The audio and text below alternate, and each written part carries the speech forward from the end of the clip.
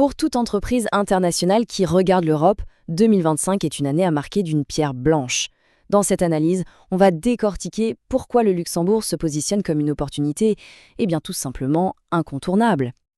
Alors, comment va-t-on aborder ça? C'est simple, en 4 points clés. On commence par le grand virage stratégique que le pays prend pour 2025. Juste après, on va parler chiffres, l'impact direct sur la rentabilité.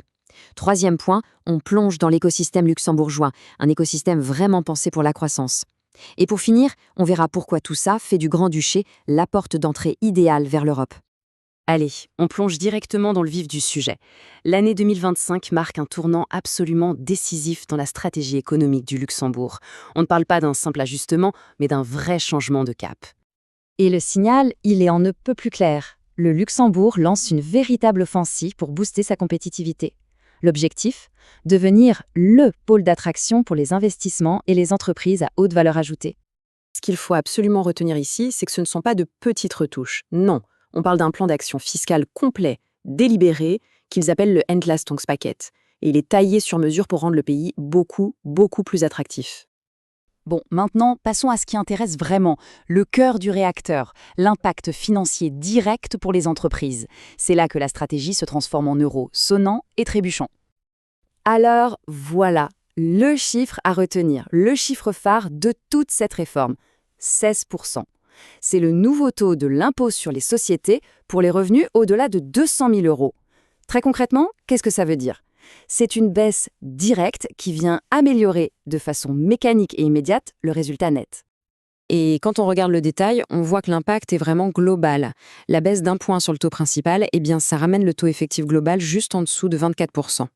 Et ce qui est intéressant, c'est que les plus petites entreprises ne sont pas du tout laissées de côté. Leur taux passe de 15 à 14%.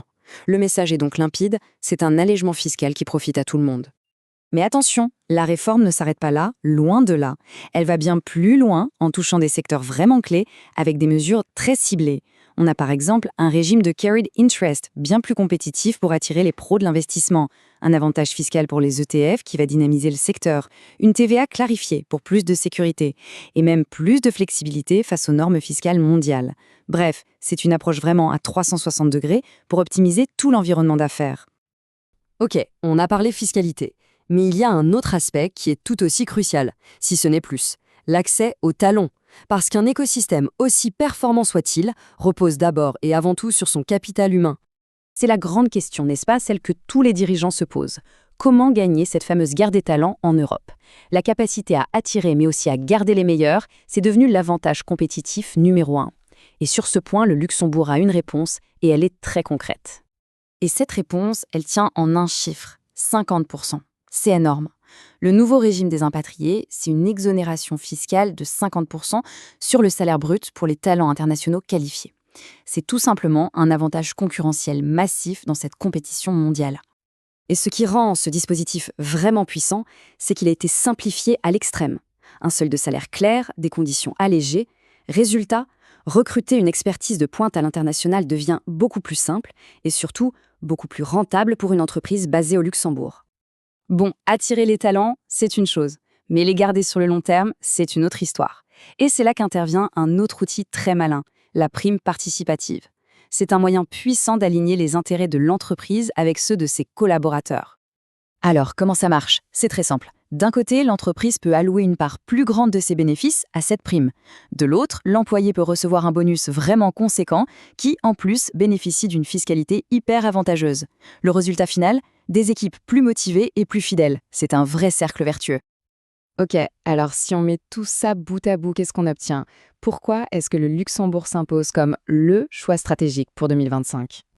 En fait, toute la proposition de valeur tient sur 3 piliers solides et indissociables. Primo, la rentabilité, améliorée grâce à une fiscalité vraiment compétitive. Secondo, les talents, avec un accès privilégié aux meilleurs profils du monde entier. Et tertio, la stabilité, une stabilité politique et économique qui est, disons-le, à toute épreuve. Le message est donc on ne peut plus clair. Les réformes de 2025, ce n'est pas une simple mise à jour, c'est une véritable invitation stratégique. Pour toute entreprise qui cherche à optimiser ses opérations et à passer à la vitesse supérieure en Europe, le business case luxembourgeois n'a jamais été aussi percutant. L'opportunité, elle est là, et c'est maintenant.